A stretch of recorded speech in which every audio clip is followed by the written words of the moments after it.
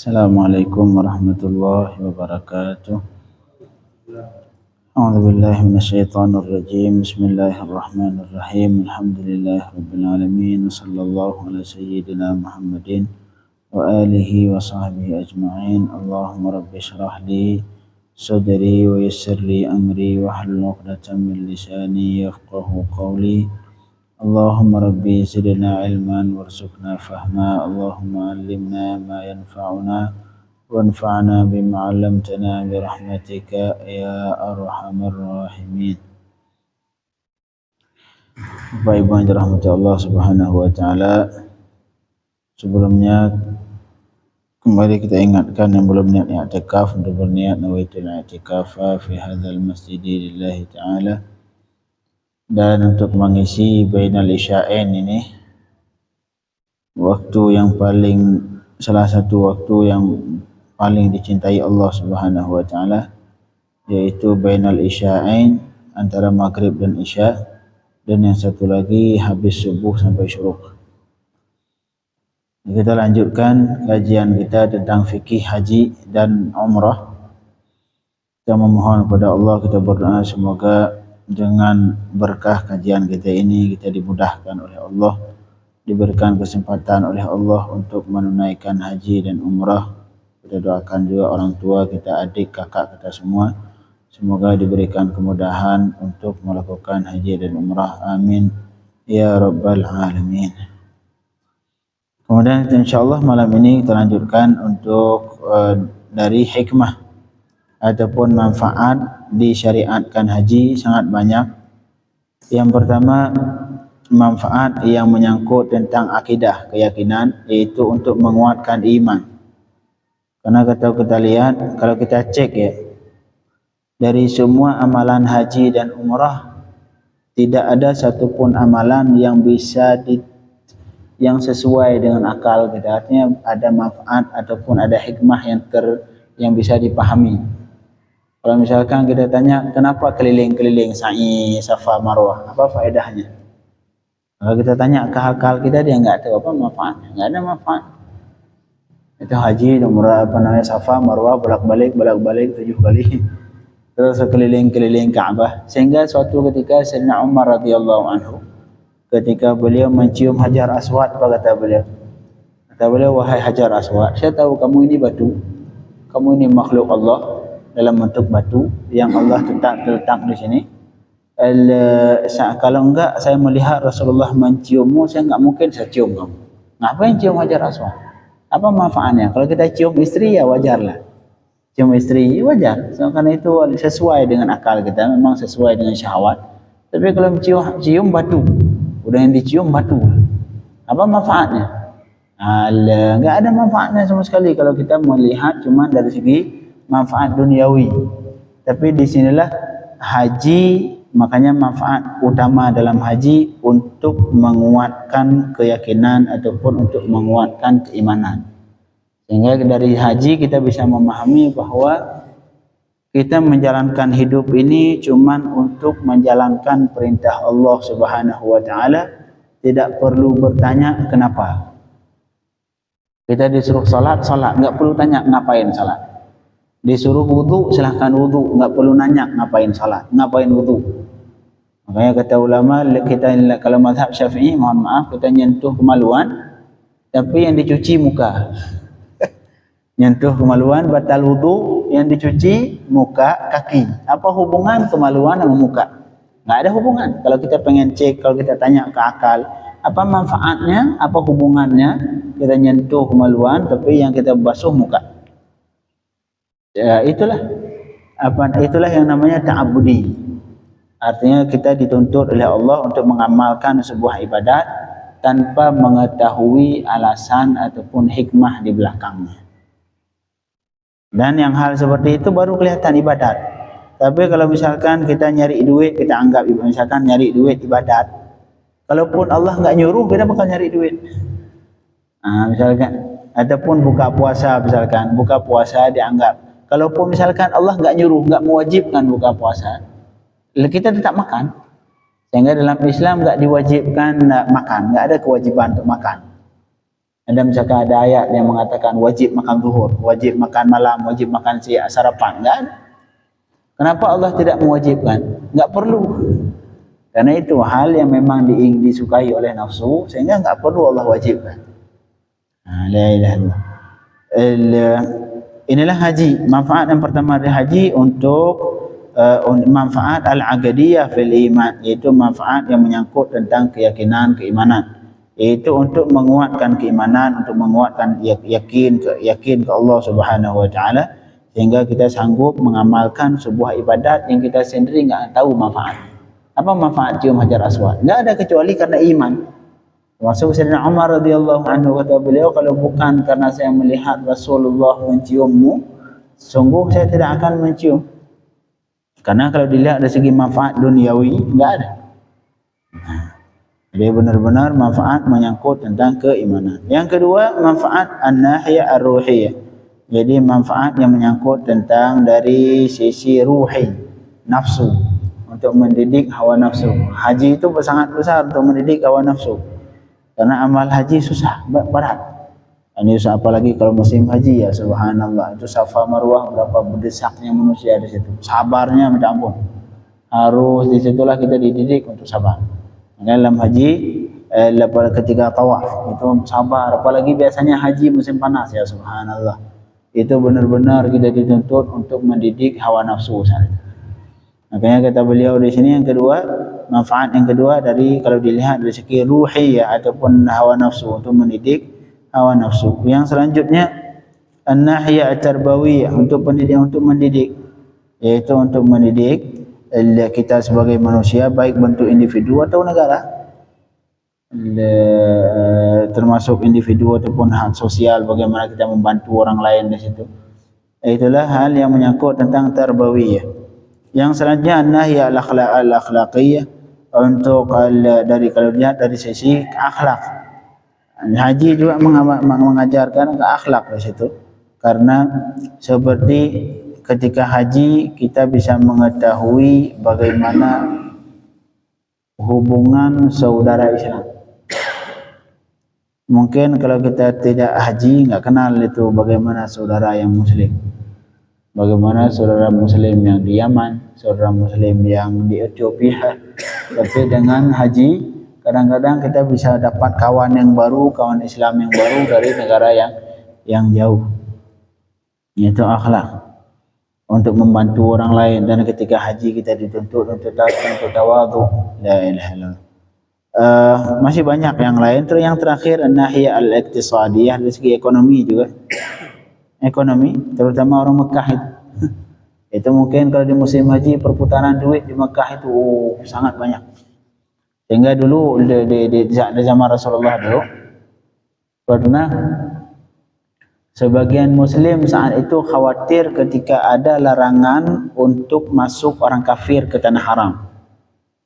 Kafir, kalau sekarang itu hukum masih berlaku sampai sekarang. Yang namanya kafir enggak boleh masuk ke tanah haram. Terutama Masjidil Haram itu enggak boleh orang kafir masuk. Kata Allah Subhanahu wa taala, a'udzubillahi minasyaitonir rajim, ya ayyuhalladzina amanu innamal musyrikuuna najasun fala yaqrabul masjidal haram ba'da 'amihim hadza. Ya wahai orang beriman, sesungguhnya orang kafir itu najis. Kafir dalam pandangan Allah, kafir itu dianggap najis. Makanya jangan bangga sama kafir. Kafir najis. Kita sampai bangga sama najis. Na'udzubillah min dzalik. Kafir najis, kata Allah. Fala yaqrabul masjidal haram ba'da 'amihim hadza. Setelah tahun ini enggak boleh lagi kafir masuk mendekati Masjidil Haram. Sehingga sampai sekarang itu hukum dasarnya, kafir tidak boleh menetap di tanah haram. Kecuali sekarang itu pemimpin Arab Saudi sampai dimasuk ke tanah haram. Haram memasukkan orang kafir ke tanah haram. Saat itu ketika diturunkan ayat itu tentang haramnya orang kufar masuk ke tanah haram, orang Mekah itu muslim saat itu merasa kesusahan, susah. Karena di Mekah itu enggak ada sumber ekonomi. Mereka di situ minyak tidak ada, enggak ada, maksudnya yang menghasilkan tanaman tidak ada, pertanian di situ enggak ada. mereka itu mengandalkan cuman ekonomi dari orang luar, dari masa jahiliyah. Ya, orang Quraisy dulu itu ngambil barang di Syam, di Suriah untuk diperdagangkan di Mekah. Karena memang Mekah itu dulu di Jazirah Arab tempat perdagangan terbesar. Jadi mereka nggak ada kayak Jakarta ini aja. Apa pun di sini nggak minyak, tidak ada gas, nggak ada, semua batu bara nggak ada. Dari mana itu semua? Batu bara dari Kalimantan, gas dari Aceh, minyak dari emas dari Papua, ya dari daerah lain. Nah, itulah ibarat Makkah saat itu. Nggak ada, mereka tidak ada. Maka ketika Allah melarang masuk kufar, biasanya dulu ya kafir yang berdagang di tanah di Makkah. Kafir dia mengambil barang di Syam atau di Jazirah Arab yang lain, dia bawa untuk berdagang di situ. Dari situlah hidup ekonomi di Makkah, tanah haram. Akhirnya ketika Allah larang tanah haram untuk dimasuki orang kufar, takut. Muslim saat itu merasa khawatir, ini kalau kafir nggak boleh masuk, artinya investor nggak masuk. Sedangkan kita butuh investor, nggak ada duit di situ. Nah, akhirnya kata Allah, turun ayat yang depannya, wa in khiftum ailatan fasawfa yughnikumullah. Dan jika kalian takut ke fakir, takut miskin, fasawfa yughnikumullah, maka Allah yang membuat kalian kaya. Itu janji Allah. Makanya orang Mekah itu jarang miskin. Orang Mekah itu nggak ada yang miskin. Orang Mekah itu kalau mau makan daging, dia cukup daging dam aja. Dam di musim haji itu kalau dikasih ke orang Mekah itu sampai tahun depan nggak habis dia. Dia cuma beli freezer aja, beli freezer yang gede, taruh itu daging dam untuk dimakan tahun depan nggak bakal habis. Nah, karena pada dasarnya daging dam dibagi ke orang-orang tanah haram. Kecuali kalau sekarang ya mungkin saya dibagi ke sebagian daerah yang lain, tapi pada dasarnya daging dam itu di alokasinya khusus ke orang yang tinggal di tanah haram. Itu janji Allah, wa in khiftum ailatan, dan jika kalian khawatir miskin, kefakiran, fasawfa yughnikumullah, maka Allah yang memberikan kekayaan untukmu. Makanya orang Mekah sampai sekarang kaya. Nah, maka di situlah perputaran ekonomi. Kalau sekarang mungkin yang punya hotel di Mekah itu paling kaya. Orang nyukur aja satu rambut cuma dibotak aja, cuman botak aja, nggak ada gaya apa dia dapat duit berapa real, berapa 10 real, 20 real, cuman dibotakin aja sekali jalan aja. Makanya perputaran ekonomi itu juga karena pengaruh haji dan umrah. La ilaha illallah. Selesai tentang hikmah, kita masuk pembahasan yang penting. Kalau hikmah itu sekedar lewat. Al-faslu tsalitsu syurutul haji wal umrah. Pembahasan yang ketiga yaitu tentang syarat haji dan umrah. Untuk syarat sendiri ada dua. Yang pertama syarat wajib, yang kedua syarat sah. Kalau syarat wajib artinya hal-hal yang kalau tidak terpenuhi maka tidak wajib haji. Contoh misalkan tidak punya duit, ya nggak wajib haji. Nah, itu contoh syarat wajib. Artinya syarat-syarat kalau tidak terpenuhi maka bagi dia haji belum wajib. Itu syarat wajib. Ada lagi namanya syarat sah. Nah, itu artinya syarat-syarat yang jika tidak terpenuhi maka hajinya tidak sah. Walaupun dia sudah melakukan haji, kalau tidak terpenuhi itu syarat, hajinya tidak sah. Jadi untuk syarat wajib sendiri, qala al-musannif rahimahullah, syurutu wujubil haji wal umrah. Syarat wajib haji dan umrah, yang pertama al-Islam. Artinya kafir enggak wajib haji. Yajibul haji wal umratu 'alal muslim. Wajib haji dan umrah terhadap muslim. Ammal kafirul asli, adapun kafir asli. Mana kafir asli bukan murtad. Kalau murtad ini sudah pernah Islam kemudian dia masuk kafir. Ini enggak, kafir dari lahir. Itu mana kafir asli. Ammal kafirul asli fala yajibu alaihi al-hajj wal umrah. Maka tidak wajib terhadapnya untuk haji dan umrah. Tidak wajib. Artinya ini tidak wajib di dunia, tapi di akhirat nanti diiqab. Kafir yang tidak melakukan haji nanti di akhirat akan diiqab karena tidak haji. Karena tidak haji. Sawa'un akana dhimmiyan am harbiyan. Baik kafir itu dhimmi atau harbi. Kafir dhimmi artinya kafir yang tinggal di negara Islam. Seperti kafir yang sekarang ini, Chinese negara kita itu namanya kafir dhimmi. Am harbi. Kafir harbi artinya kafir yang tinggal di negara kafir, yang kafir yang tidak ada hubungan diplomatik dengan negara Islam, kayak Israel sekarang. Israel sekarang itu kafir harbi. Kalau bapak banyak pinter IT, bisalah nyuri bank Israel halal.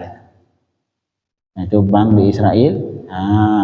Perusahaan punya orang kafir harbi yang ada di Israel itu, kalau kita pinter IT, pinter nge-hacker bank-bank mereka, silahkan. Kalau ditanya, Pak Ustaz boleh atau enggak ngambil, halal. Karena harta kafir harbi boleh diambil, boleh dicuri. Kafir harbi yang kafir yang memerangi Islam. Adapun kafir yang sekeliling kita enggak boleh kita curi harta mereka. Apalagi dulu pernah terjadi penjarahan, enggak boleh itu. Enggak boleh. Haram. Kafir dhimmi haram. Enggak boleh. Termasuk kafir muahad, kafir harbi, tapi mereka sudah ada hubungan dengan negara Islam. Kemudian ada satu lagi kafir namanya kafir muahad. Satu lagi kafir muamman. Muamman ini kafir harbi, cuman dia masuk ke negara Islam. Orang Israel misalkan, dia datang ke negara Islam bayar visa. Itu boleh kita bunuh? Enggak boleh. Enggak boleh, karena dia sudah bayar visa. Dia masuk ke negara Islam, sudah bayar visa dengan paspornya, itu enggak boleh kita curi harta dia. Ustaz, dia itu orang Israel, walaupun enggak boleh. Itu sudah diamankan.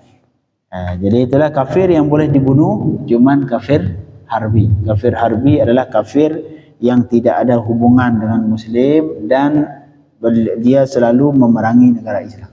Itu namanya kafir harbi. Kalau sekarang contohnya apa? Ya Israel itu. Itu kafir harbi itu. Kalau pintar nge-hacker, silahkan hacker bank mereka, boleh curi harta mereka, silahkan. Malahan dari pendapat Imam Abi Hanifah, mazhab Imam Abi Hanifah, boleh kita makan riba dari hasil kafir harbi. Misalkan kita minjemin duit ke kafir harbi yang tinggal di Israel itu, minjemin duit 1 miliar, kita minta balikinnya bunga 50%. Itu boleh. Ada sebagian mazhab membolehkan makan ada hasil riba dari orang kafir harbi. Karena kita curi harta dia aja boleh, apalagi kita makan harta dari yang dia kasih dari hasil riba. Kalau riba ke Muslim nggak boleh, haram, dosa besar.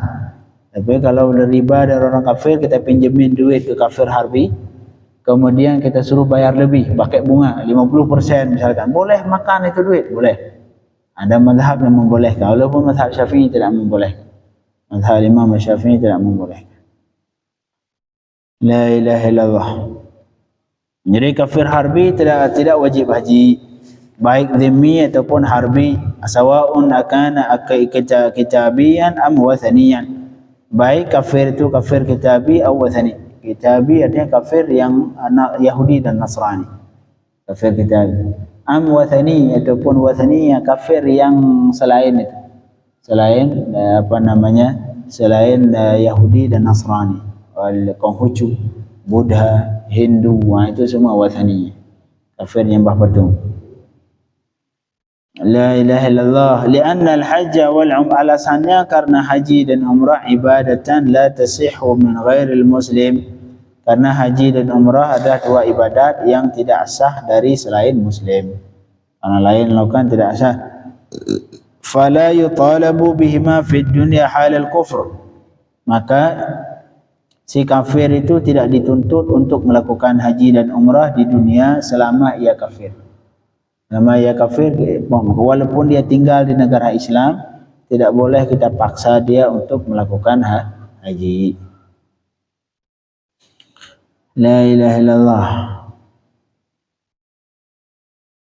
Fa idza tawaffarat, ini pertanyaan sekarang Pak Ustaz, dia dulu semenjak giliran dia kafir kaya, kemudian dia jatuh miskin dan masuk Islam. Sempat kaya sebelumnya, sempat mampu, tapi ketika kafir. Fa idza tawaffarat baqiyatus syuru', apabila sudah terpenuhi syarat semua, wa kana wajidan lizati warrahilati fi hali kufri, dan ia memiliki bekal dan memiliki rahilah kendaraan untuk berangkat haji, tapi ketika ia kafir. Sebelum Islam dia itu kaya, masya-Allah. Thumma faqadaha wa aslam, kemudian jatuh bangkrut, jatuh miskin dan masuk Islam. Yang jadi pertanyaan, apakah wajib haji ia sekarang karena pernah kaya ketika kafir atau tidak? Jawabannya fala i'tibara bitilkal istita'ah, maka kemampuan ia ketika masa kafir tidak dianggap. Artinya patokannya ketika ia muslim, mampu atau tidak. Kalau enggak mampu ya sudah. Jadi kemampuannya sebelum Islam tidak dianggap, enggak dianggap. La ilaha illallah.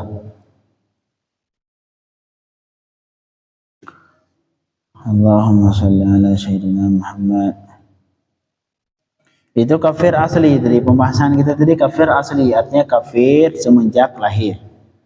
Ammal kafirul murtad, adapun kafir yang murtad, awalnya muslim kemudian murtad, fala yasihu minhul hajj wal umrah, untuk sah juga tidak sah.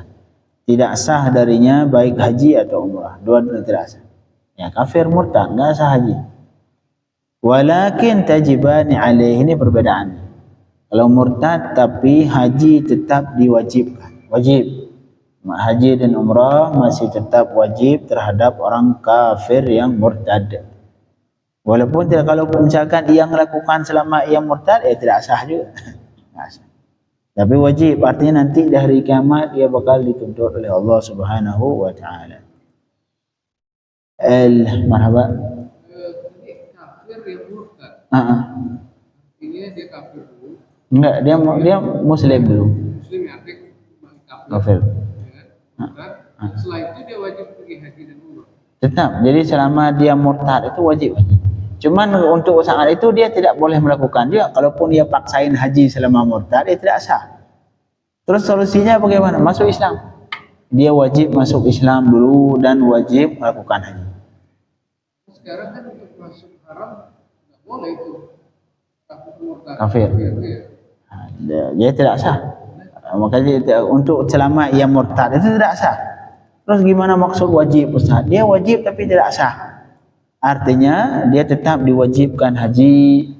Kalau nanti ia masuk Islam lagi wajib itu, kalau kaya dia kemarin wajib nanti. Wajib. Ya, murtad bahaya, makanya murtad ini lebih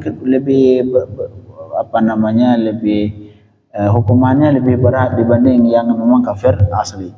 Perbedaan itu.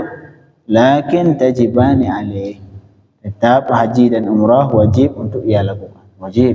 Cuman kapan dilakukan? Enggak, kalau jangan ketika murtad, enggak sah.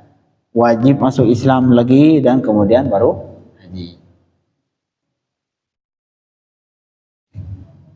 Setelah dia masuk Islam, perlu haji lagi enggak? Perlu. Tetap lagi. Harus haji, karena kalaupun dia paksain haji ketika murtad, enggak sah. Kalau masuk Islam fa idza aslam fa idza bima annahu idza tawaffarat indahu al-istita'ah, ini perbedaannya. Kalau kafir asli tadi, kafir yang asli semenjak lahir, dia ketika kafirnya kaya, kemudian masuk Islam jatuh miskin.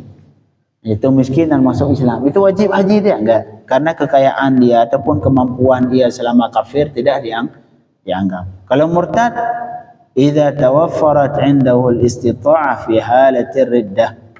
Kalau murtad ini ketika ia kafir, misalkan selama setahun dia murtad dan saat itu ia sempat memiliki kemampuan untuk haji, kaya.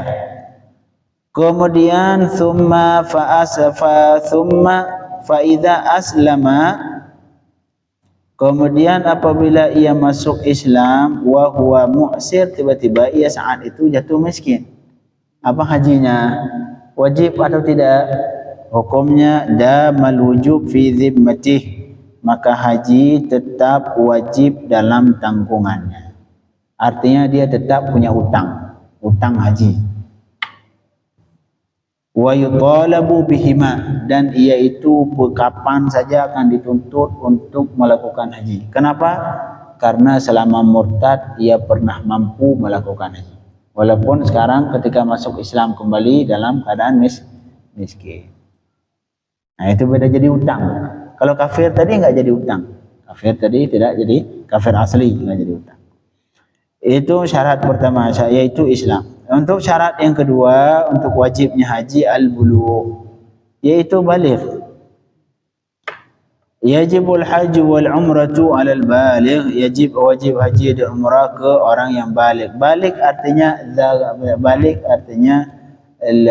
bagi laki-laki sudah keluar mani atau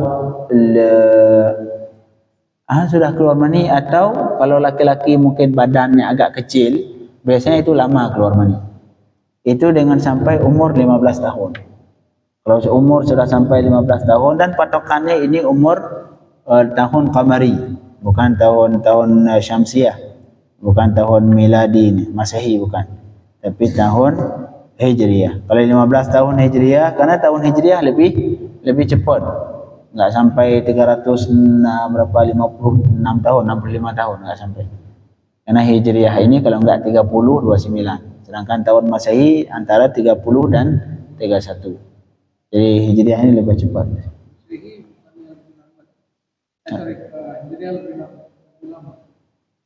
Lebih cepat enggak? Ya 29 atau 30.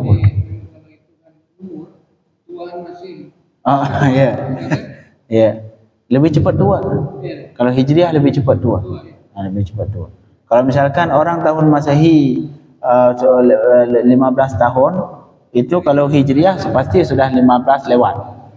Makanya patokannya Hijriah. Jadi balik laki-laki dengan dua itu. Yang pertama keluar mani walau dipaksakan. Anak iseng sekarang baru nonton video enggak jelas, tiba-tiba dia iseng-iseng ngeluarin, maksain keluar mani, balik. Ustaz, dia baru umur 11 tahun. Ya sudah, selama sudah keluar mani walau dipaksakan, wajib hukumnya, statusnya jadi balik. Atau kalau enggak keluar mani dengan umur, yaitu ketika masuk umur 15 tahun. Kalau seandainya yang pergi haji itu belum balik, apakah sudah dianggap dia haji Islam? Haji Islam. Ntar itu ada pembahasan. Itu sama pertanyaan kepada haji yang kemarin. Ada untuk haji itu namanya haji Islam. Haji Islam itu haji yang untuk menggugurkan kewajiban haji yang seumur hidup. Nah, itu apa saja syaratnya nanti ke depan. La ilaha illallah. Amma sabi, adapun sabi anak kecil yang ada perempuan, adapun perempuan baliknya dengan haid ataupun dengan sampai umur 15 tahun. Amma sabi ghair balik, adapun sabi yang belum balik, fala tajibani alaih, maka tidak wajib haji dan umrah terhadapnya, sama seperti taklif kewajiban yang lain, salat, puasa, semuanya belum wajib bagi anak yang belum balik. La ilaha illallah. Walakin yasihul haji wal umratu minas sabi, tapi sah haji dan umrah dari sabi. Sekarang Pak Ustaz memang dia belum balik, tapi saya pengen ngajak dia, umur dah 10 tahun lah belum balik, dia pengen ngajak dia umrah, boleh. Kalau sempurna syarat, sempurna rukun, sah.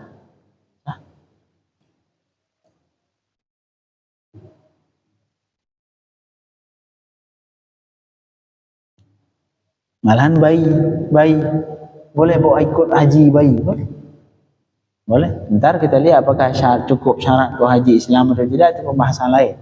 Tapi untuk sekedar sah atau tidak, bayi baru umur 10 tahun, baru umur 5 tahun, baru umur 2 tahun, sah. Kalau terpenuhi syarat, ya nanti untuk syarat ke depan, syarat sah haji dan umrah. La ilaha illallah. Yang ketiga berakal, insyaallah bisa kita lanjutkan. Allahumma faqihna fid din wa 'allimna at-ta'wil, iftah lana futuhal arifin. Sallallahu alaihi wasallam Muhammadin wa alihi wa sahbihi wasallam. Alhamdulillahi rabbil alamin.